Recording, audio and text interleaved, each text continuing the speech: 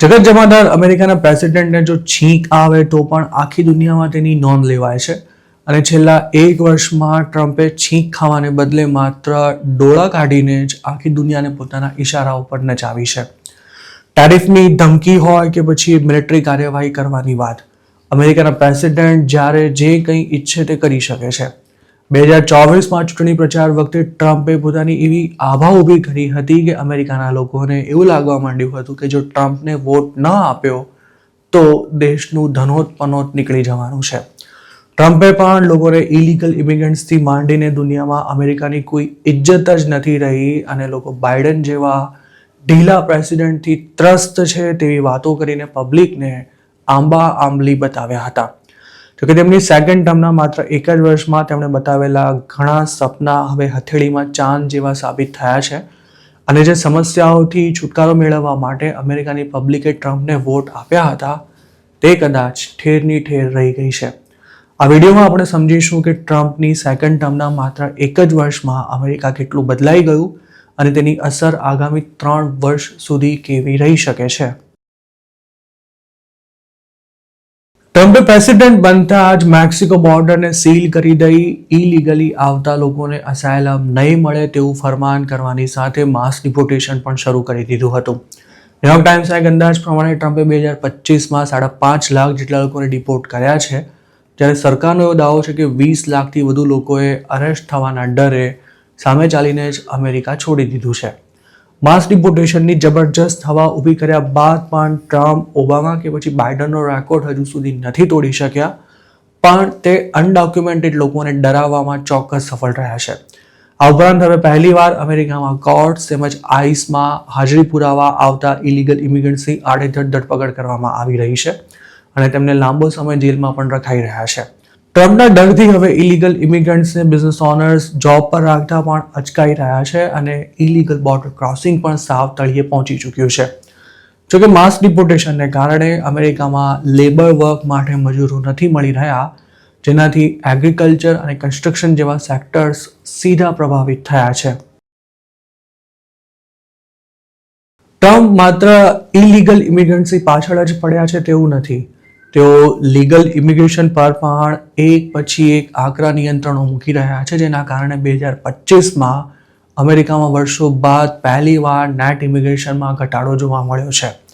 અમેરિકાની સરકારે આ જ વર્ષ દરમિયાન 1 લાખથી વધુ લોકોના ચાલુ વિઝા રદ કરી નાખ્યા છે અને સાથે જ જે લોકો ગ્રીન કાર્ડની રાહ જોઈ રહ્યા છે તેમનો ઇંતજાર પણ લંબાઈ ગયો છે. ટ્રમ્પે સૌથી ખરાબ હાલત H-1B વિઝા હોલ્ડર્સની કરી છે, જેની સીધી અસર ઇન્ડિયન્સ પર પડી રહી છે. આ ઉપરાંત વિઝા ઇસ્યુ કરવાની પ્રોસેસને પણ ખૂબ જ આકરી બનાવી દેવાતા અમેરિકા જનારા ઇન્ડિયન સ્ટુડન્ટ સહિતના લોકોની સંખ્યામાં ધરખમ ઘટાડો નોંધાયો છે. ટ્રમ્પ માટે ટેરિફ દુનિયાભરમાં પોતાની ધાક જમાવવાનું હથિયાર રહ્યું છે અને તેમણે પ્રેસિડેન્ટ બન્યા બાદ દુનિયાભરના દેશો પર જંગી ટેરિફ નાખ્યા છે, જેમાં ઇન્ડિયા અને ચાઇના પર નખાયેલા ટેરિફ સૌથી વધારે છે. ટેરિફના કારણે જ ઇન્ડિયા અને અમેરિકા વચ્ચેનો વેપાર ઘટી રહ્યો છે અને યુએસમાં બહારથી આવતી ઘણી ચીજવસ્તુઓના ભાવમાં વધારો થયો છે. ટેરિફથી મોંઘવારી વધી રહી હોવાનું ભાન થતાં ટ્રમ્પને ફૂડ આઇટમ્સ પરના ટેરિફમાં ઘટાડો કરવાની ફરજ પણ પડી હતી.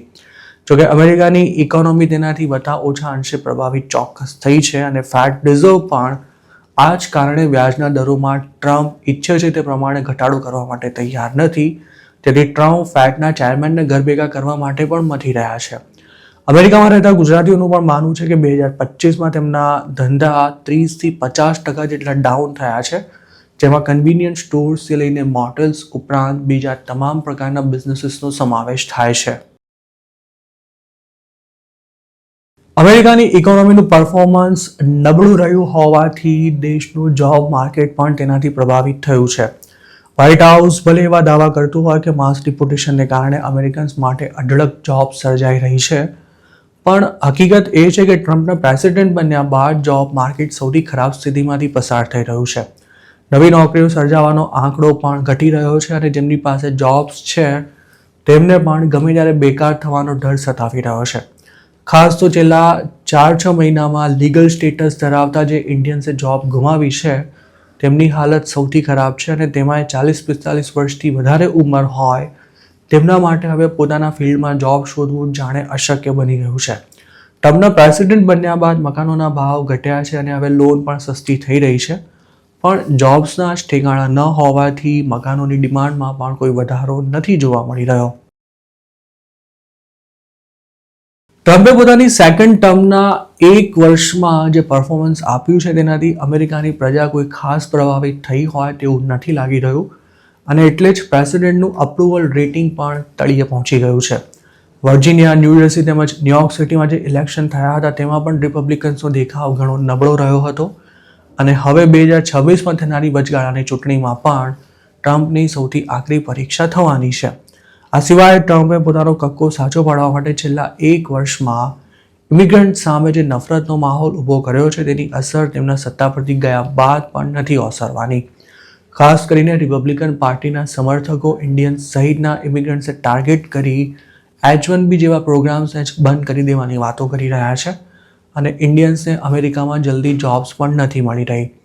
ટ્રમ્પની ટીમમાં રહેલા કેશ પટેલ, તુલસી ગાબાર્ડ તેમજ સેકન્ડ લેડી ઉષા વેન સહિતના લોકોને પણ આ બાબતનો અનુભવ થઈ રહ્યો છે. ટ્રમ્પ 2.0ના પહેલા 1 વર્ષને આપ 10માંથી કેટલા પોઈન્ટ્સ આપશો તે અમને આ વિડીયોમાં કમેન્ટ કરીને ચોક્કસ જણાવજો.